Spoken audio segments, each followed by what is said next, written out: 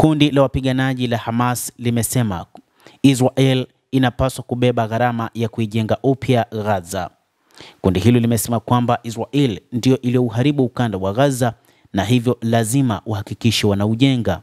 Musa Abu Marzouk, mjumbe wa ofisi ya kisiasa ya Hamas na mkuu wa ofisi ya uhusiano wa kimataifa, katika mahojiano na shirika la habari la Sputnik la Urusi, amesema tunaamini kwamba uvamizi huo kimsingi unahusika na uharibifu wa ukanda wa Gaza. Hivyo Israel inapaswa kubeba gharama ya ujenzi upya, Abu Marzouk alisisitiza. Ameashiria azimio la Baraza la Usalama la Umoja wa Mataifa kuhusu kuijenga upya Gaza na kutoa wito wa ujenzi mpya wa haraka na wakina utakaoshughulikia sekta zote, ikiwa ni pamoja na miundombinu ya afya, barabara, vituo vya umeme na mitandao ya maji. Katikati ya Oktoba, Rais wa Misri Abdel Fattah al-Sisi alisema kuwa mkutano wa ujenzi wa ukanda wa Gaza utafanyika mjini Cairo mwezi Novemba. Hata hivyo, katika kipindi hiki ni wakati ambapo kumekuwa na mazungumzo kwa ajili ya kusitisha vita kwanza, ili baadaye yaje majadiliano ya namna ya kuijenga Gaza.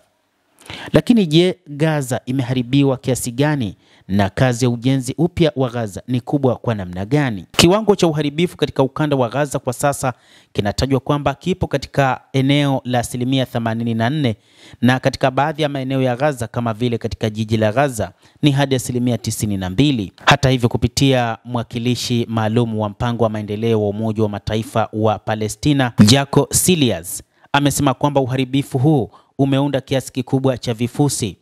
Data kupitia satellite zinaonyesha kunaweza kuwa na zaidi ya tani milioni 60 za uchafu zinazosubiri kuondolewa huko katika ukanda wa Gaza. Mchakato wa kuisafisha ukanda wa Gaza lazima uangalie kwanza juu ya makombora yaliyosalia. Inadaiwa kwamba hata wakati huu ambapo Wapalestina wamehamia katika eneo hilo la ukanda wa Gaza, kumekuwa na mabomu ambayo yamebaki yaliyokuwa yakiwalipukia watoto ambao walikuwa wakicheza katika maeneo mbalimbali ya mitaa ambayo kumekuwa na magofu katika ukanda huo. Eneo kubwa la ukanda wa Gaza limetapakaa vifusi, na ukanda huo sio tu marundo ya saruji na chuma kilichosokotwa, pia yana mabaki ya binadamu na mabomu ambayo hajalipuka. Kwa mtazamo wa kiusalama na wa kibinadamu, jambo la kwanza linalopaswa kufanyika katika eneo hilo ni kuhakikisha usafi wa hali ya juu wa kuondoa mabomu na kuwa eneo lenye usalama.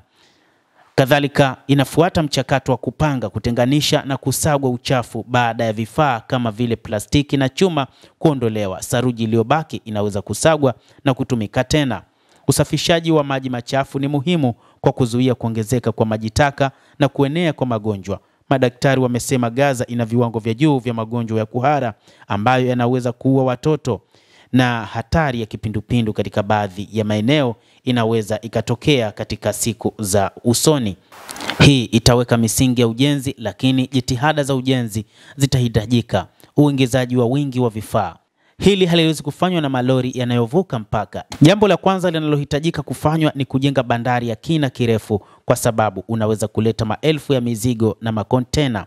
Wakati maeneo yanaposafishwa, basi huduma muhimu kama vile maji, maji taka na umeme zinaweza kurejeshwa.